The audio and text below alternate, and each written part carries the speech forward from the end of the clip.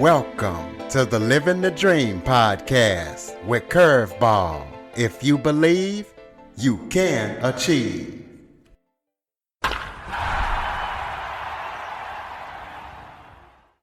Welcome to the Living the Dream with Curveball podcast, a show where I interview guests that teach, motivate, and inspire. Today, I am joined by author, entrepreneur, and systems thinker Alex Kain. Alex is also the founder of The Philosophy, a social movement encouraging a new way of thinking about happiness, success, and collective responsibility.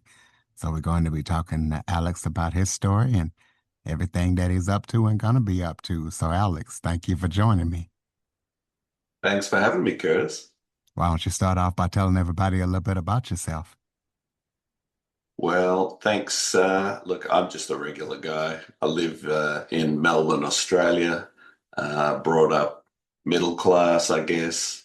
Followed the dream that everyone has of being, I guess, reasonably successful and trying to carve out a little niche for myself in the world. And I come from a background where I've taken on a few different jobs, so a wide variety of careers. Previously was a private investigator, worked in a dating agency, stand-up comedian.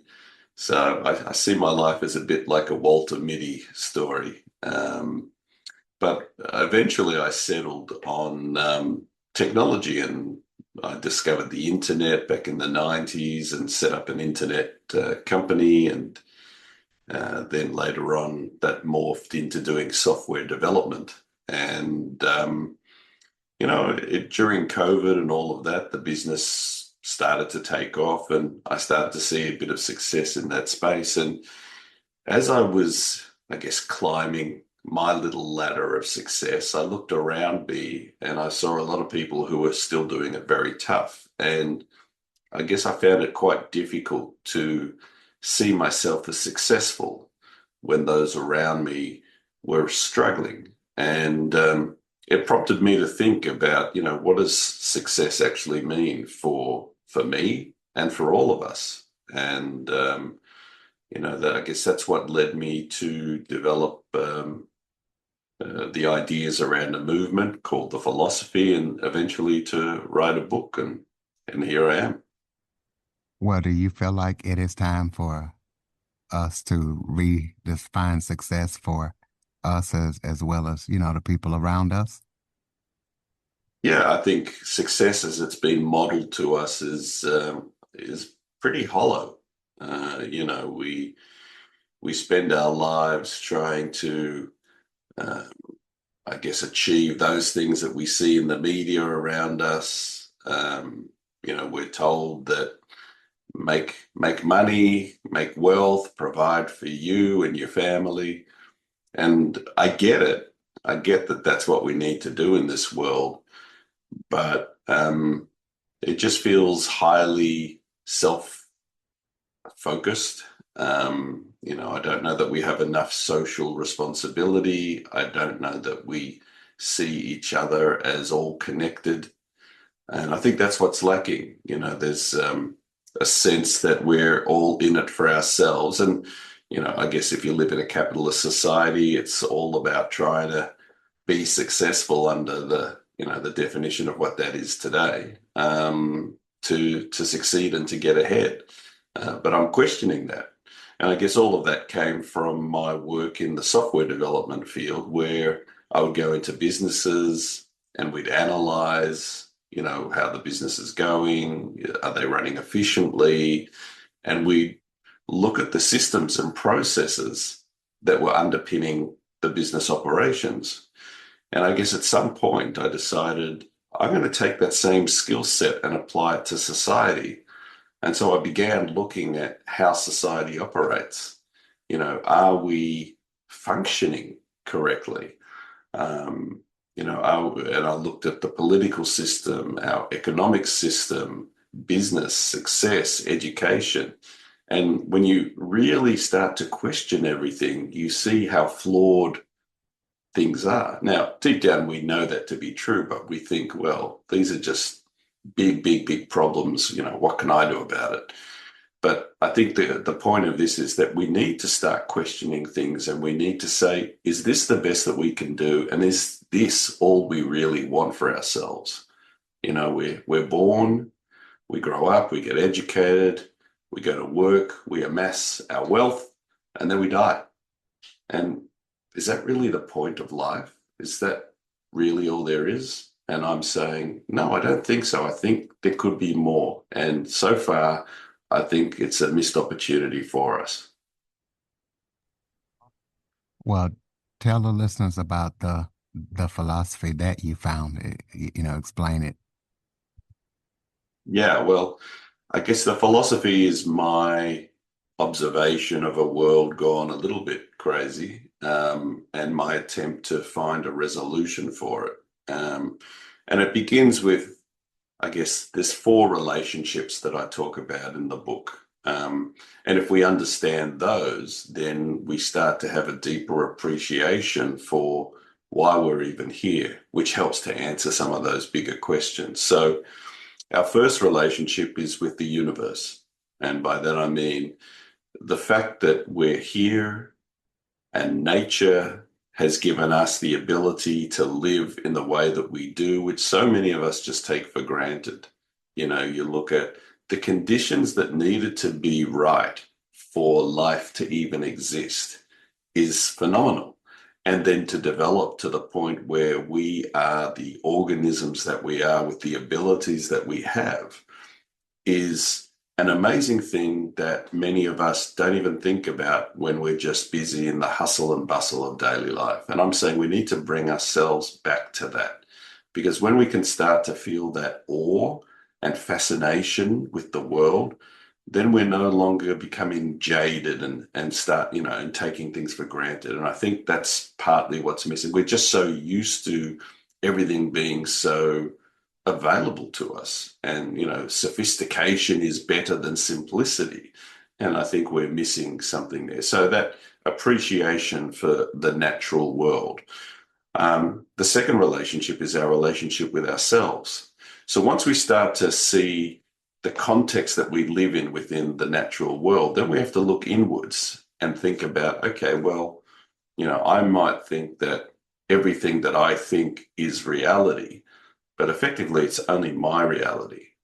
How well do I understand my thought patterns, my triggers, my filters, the way I view the world through my lenses that I've come to wear through my upbringing and all my influences? And so it's bringing that awareness to ourselves so that we can actually intervene sometimes.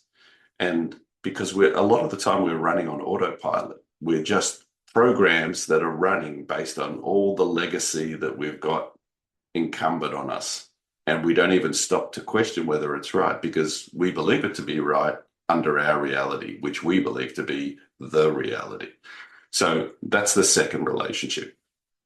The third relationship is our relationship with our inner circle, and that's friends, family, and people that we deal with. Now, we often treat them the poorest. We often sometimes treat strangers better than we treat people that we're connected to. And I think that could relate back to the filters that we have and how we view other people around us. We've made up our mind that this is how they are, or this is how they deserve to be treated. And often the foundations that underpin those thoughts can be flawed because we've made some assumptions. And so coming back to that awareness from the second relationship, we then are able to apply that to those more, closer relationships. The final relationship is our relationship to community. Now, community could be someone who lives at the end of your street that you've never met before because they don't fit into the comfortable group of people that you would normally associate with. It might also be someone on the other side of the world.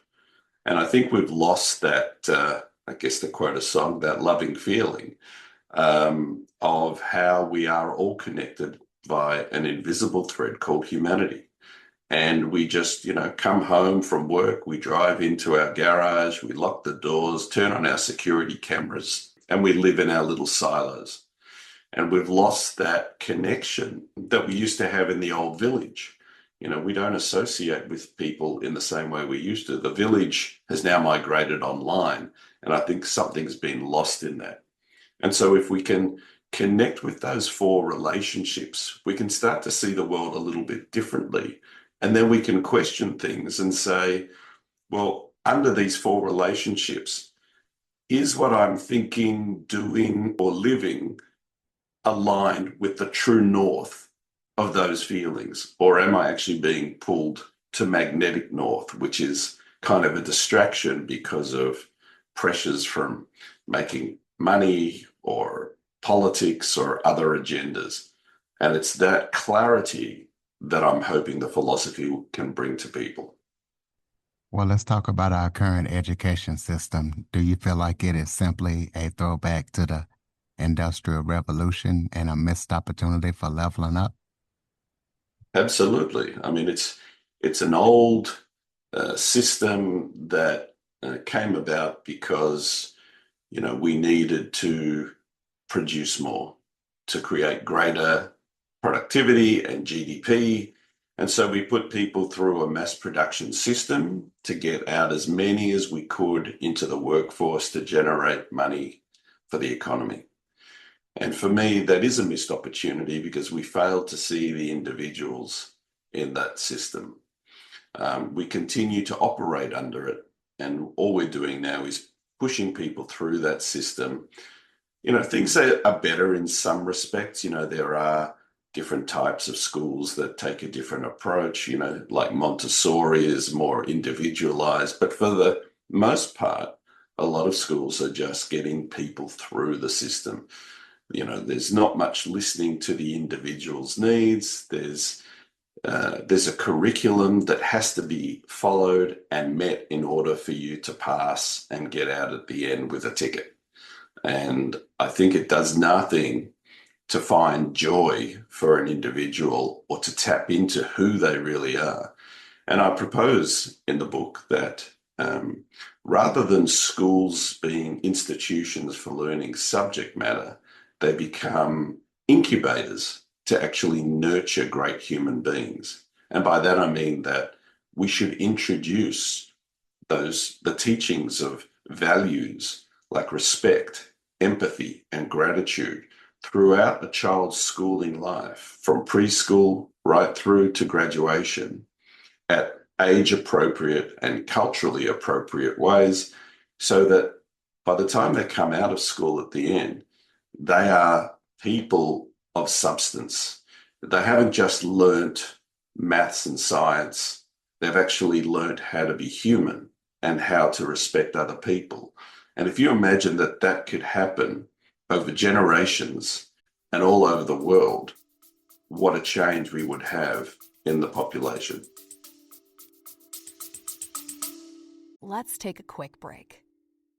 Okay, everybody, it's Michael E. Cullen II. And I'm Sesame and Carta from the All Too Real 2 podcast. We're passionate about movies, TV, and pretty much all things pop culture. Dive into the chaos of failed sitcoms, direct-to-video sequels, and the quirky realms of cinema and TV. Join us every Thursday for your dose of All Too Real 2 entertainment. We'll guide you through debates like whether Howard the Duck qualifies as a superhero. Ponder if Larry the Cable Guy could be the new Rock or Schwarzenegger. Discover if some shows and movies should have stayed in the cutting room. Ever heard of a sitcom featuring that dictator with the funny mustache? Well, we watched it. We're dedicated to unraveling the peculiarities of pop culture, sometimes with awesome guests. So, if you're into the eccentric world of pop culture, listen and subscribe to All Too Real 2. Available wherever you find podcasts and on Age of Radio.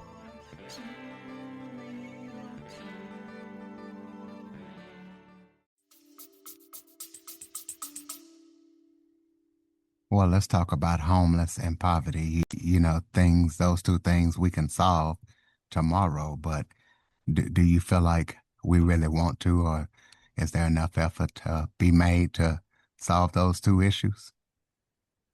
Well, I think under the current system that we have where everyone's in it for themselves, um, it's unlikely.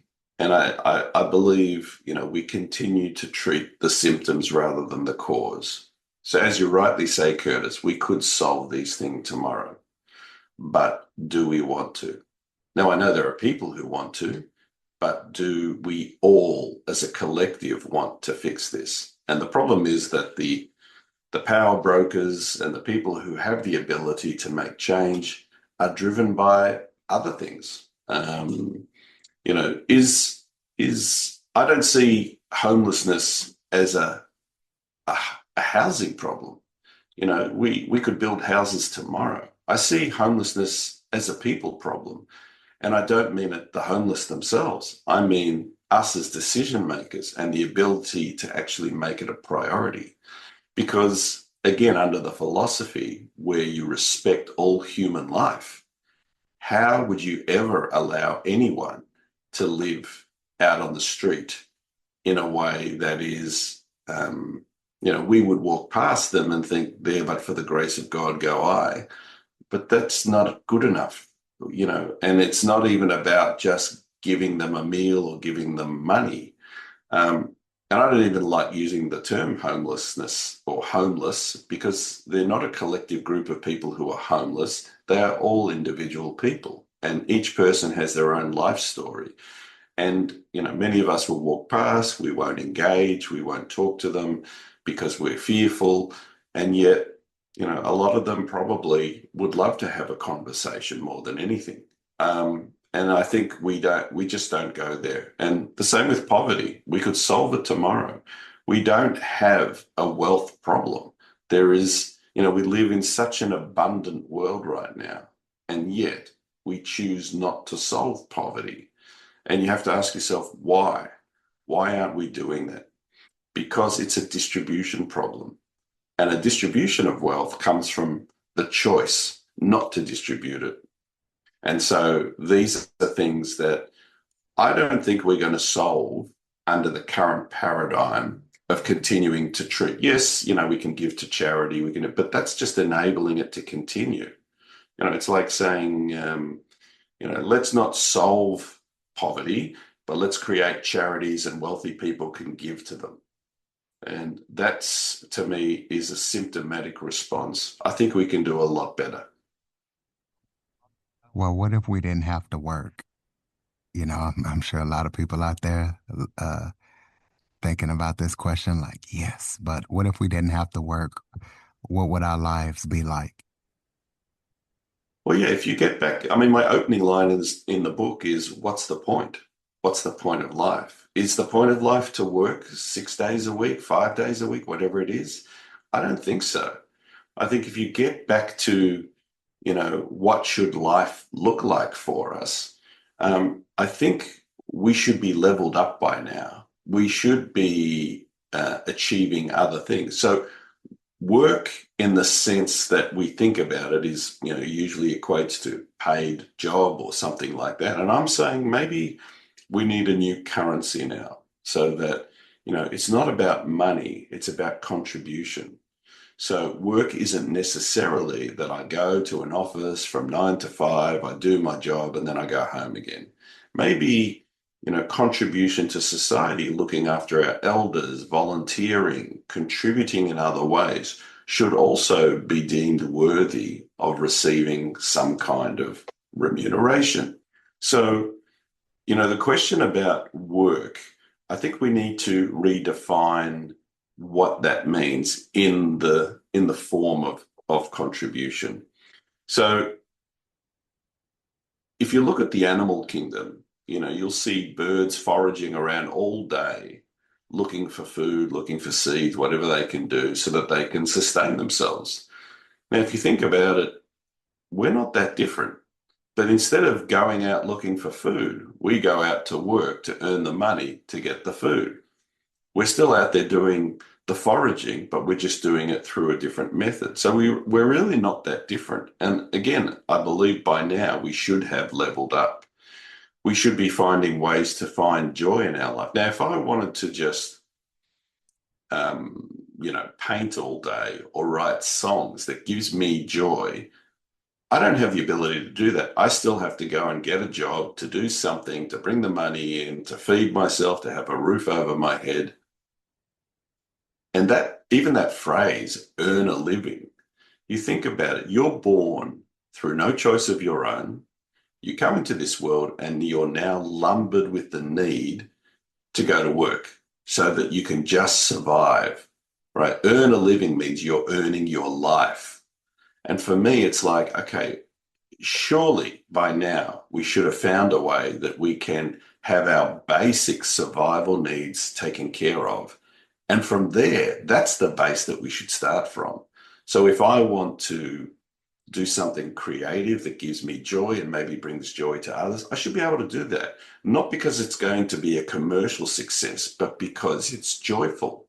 And imagine a world full of joyful people. And so I talk in the book about, ideas how to achieve this. And one of them is something called a universal basic income. And that's where every person receives a very basic level of income just to cover basic needs, food, shelter, clothing, that sort of thing. And then from there, you've got choices. You can choose, do I want to not work full time? Maybe I just want to work part time now.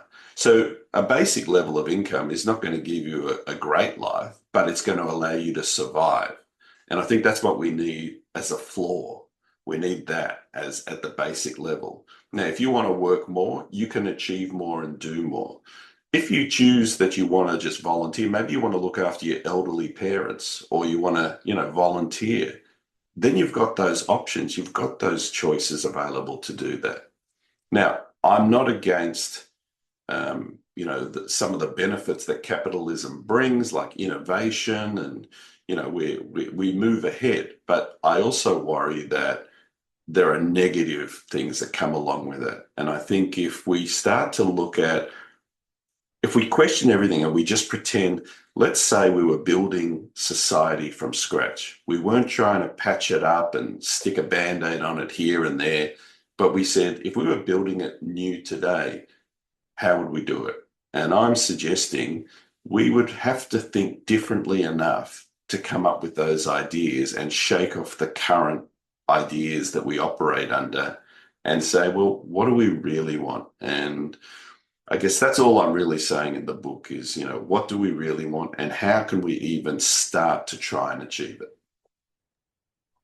Do you feel like helping others can be selfishly good for us? Well, absolutely. It's been proven that, if you're depressed, for instance, one of the ways to get out of that is by helping other people. You start to take the focus off yourself and you put it onto others. And, that helps you get out of sometimes that funk, because you put a higher level of importance on something outside yourself. And that focus is, goes there. Now, another way I think about it is, if let's say you're doing really well, you've got a big house and you're very successful, but other people around you are doing it tough. Does it make sense that you just stay on your path and keep striving for your goal and, don't worry about everyone else? And I'm saying no, because, you could have your best life, but then, those around you who are doing it tough out of desperation might still be breaking into houses and, committing crimes and things like that, just to get by. So if they were doing better, then there's every potential that, you may not be affected by a break-in or a crime or something happening to you. So helping others will help you as well, because that sense of community where we're all in this together, we don't experience that now. We'd like to think, everyone's equal, but we know some people are just more equal than others. And there's a problem in that. And because it breeds divisiveness, it breeds, us versus them mentality. And you just have to look around the world today to see what happens as a result of that. When you see politicians treating this is my country versus your country, I'm only going to do what's good for me. Well, how does that play out when we're all humans and we're all just trying to get by and do the best that we can? So, and I talk in the book about that too. So many of man-made constructs. Money is a man-made construct. Country borders are man-made constructs. We've created them. And, they can be tools, but they can also be used to divide us. The life of someone in Texas versus Mexico, they're only meters away from each other, and yet their lives can be completely different.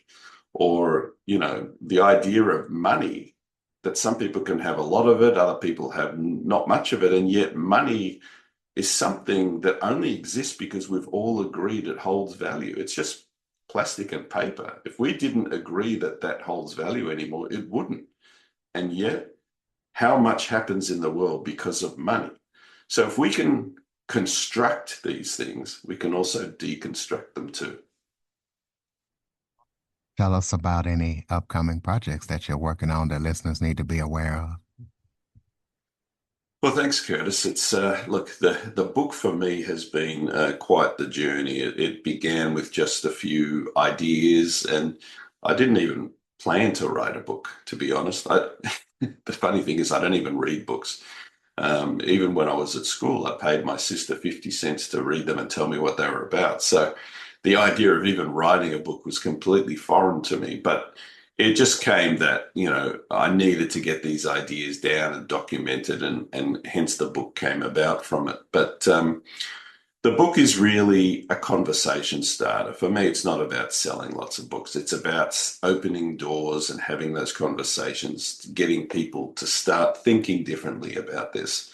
And so as a result of that, I've actually built a community platform where people can join. There's no cost to join, and join some of these conversations and discussion groups about some of these topics, because it is about a conversation. It's not a lecture, and I don't claim to have all the answers to everything. What I'm trying to do is just raise lots of questions and get those conversations going. So people can find out more information about the movement, the book, and the platform.